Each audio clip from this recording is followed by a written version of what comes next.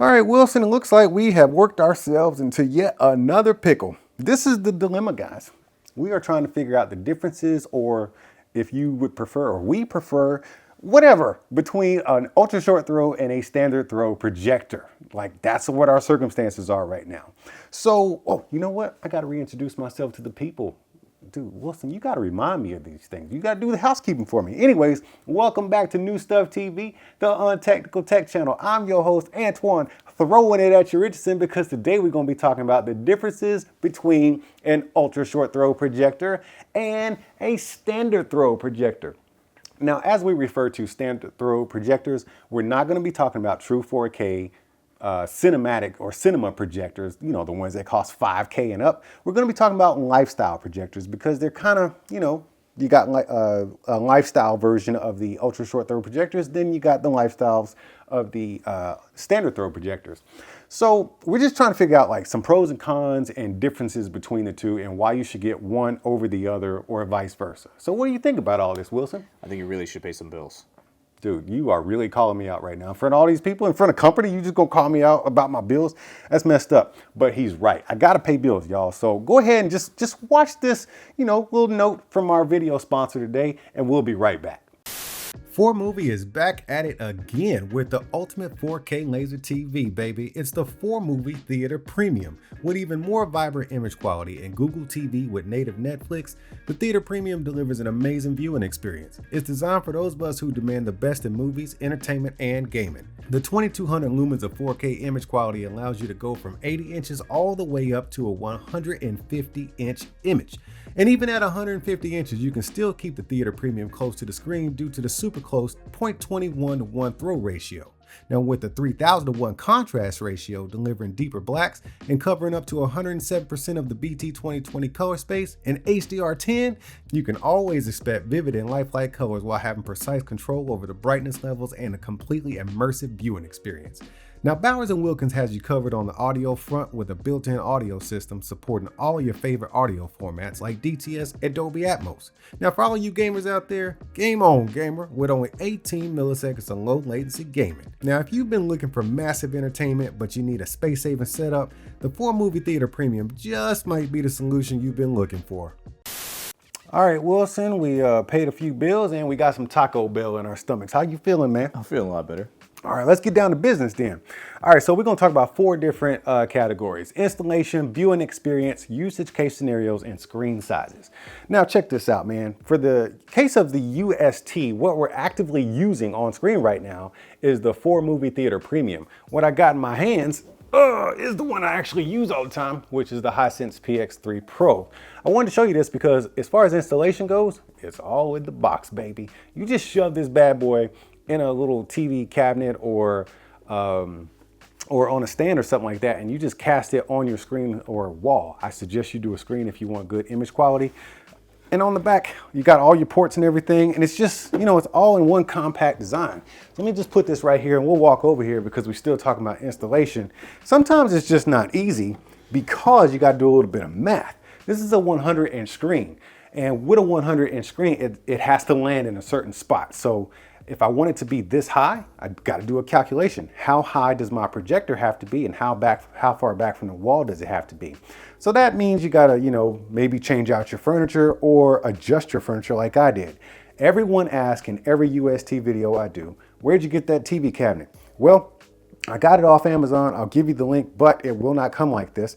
I had to purchase that one and then rip it apart and then custom rebuild it to what I needed it for. I cut the hole in here, okay? It didn't come like that.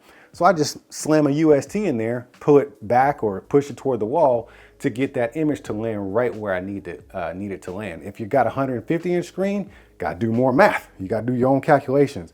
But other than that, you just plug in your HDMI, plug in the power cable, and you're done. Easy installation right there. Now, when you get to a standard throw projector, which is what I have here, and this is a Hisense C1 laser projector, that triple laser action, man. This is such a good projector, Wilson. Yeah. Remember when we were using this one? Oh my God. It's like it was my favorite. It's still like second favorite because now I personally use this Valerian Vision Master Pro 2, and that's why it's up in the ceiling.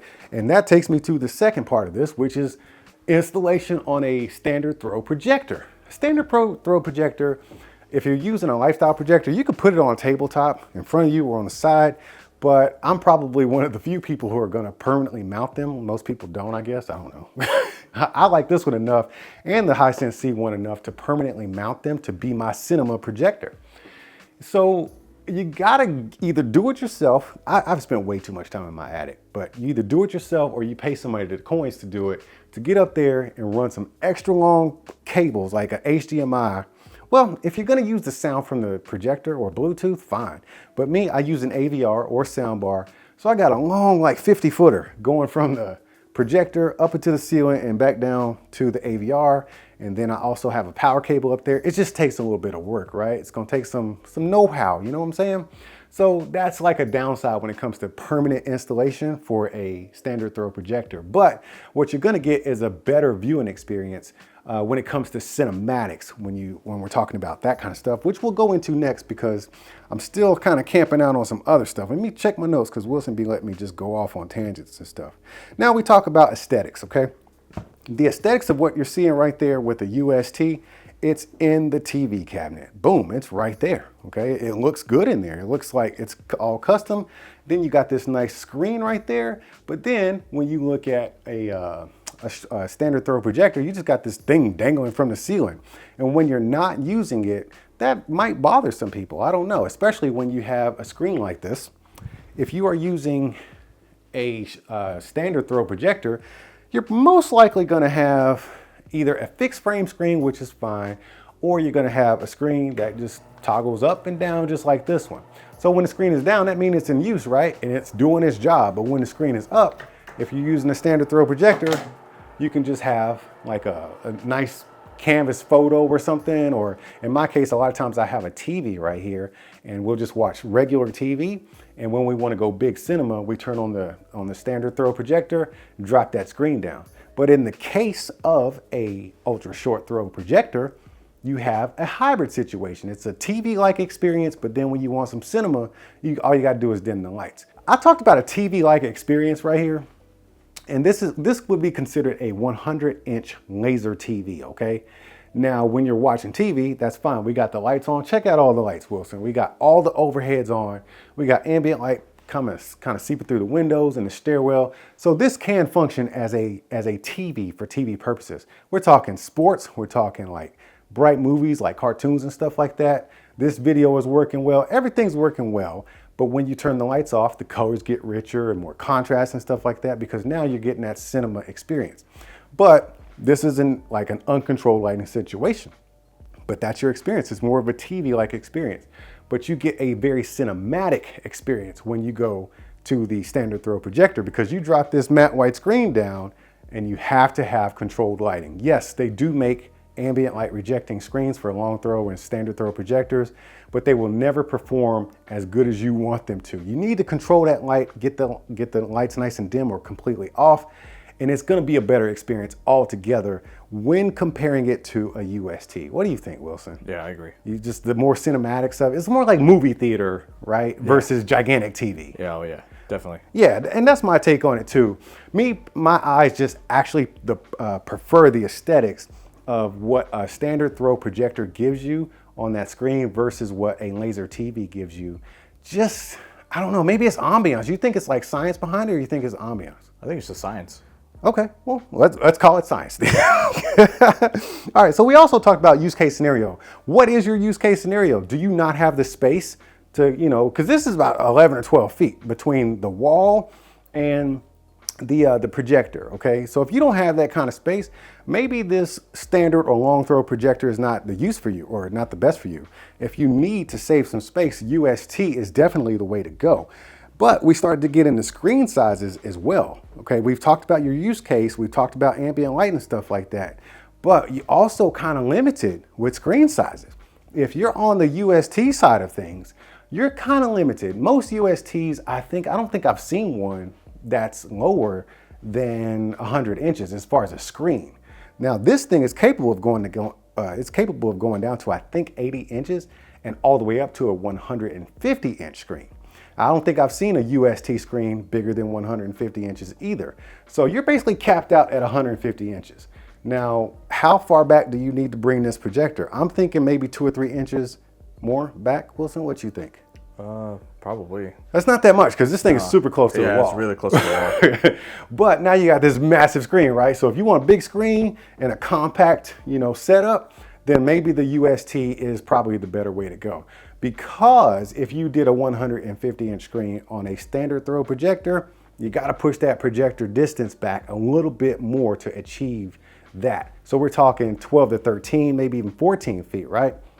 But if you have the size, and if you have the size of a room, the space, and you want bigger than 150 inches, you can't even keep UST in the conversation. And that's where you go to standard throw projector, because that one gets all the way up to 300 inches. This thing right here, the the Hisense C1, all the way up to 300 inches. Now let me tell you something, sir. If you've got a 300-inch space for a projector screen in your home, tell me what you're doing for a living, because I'm obviously doing something wrong. I ain't balling like that. I am not BOOCing. Going back to that, huh? Yeah, man. But those are the main differences. I covered like the surface topics. There's some ins and outs, to get more detailed on both sides of things. But that's pretty much the topical conversation of how to choose between a UST and a standard throw projector. Me personally, I'm always going to go with standard throw projector because I love the cinematics of it, the more movie-like experience versus hybrid TV / theater, whatever. What do you think, Wilson? Standard throw is really nice. I think the cinema is really good on it. Yeah, I'm always going to lean towards that. But this is so freaking cool, man. And if you're the guy or girl who wants a massive TV experience in your house, and you don't have the space or the solutions to accommodate a regular massive TV, or even the money, because a TV that's 100 inches typically costs several thousands of dollars. But with a laser TV or ultra short throw projector, you can go super big without having to dig into your piggy bank that much. And you got this space saving design. So they both have their pros and cons and caveats, but I'm not an expert in this kind of stuff.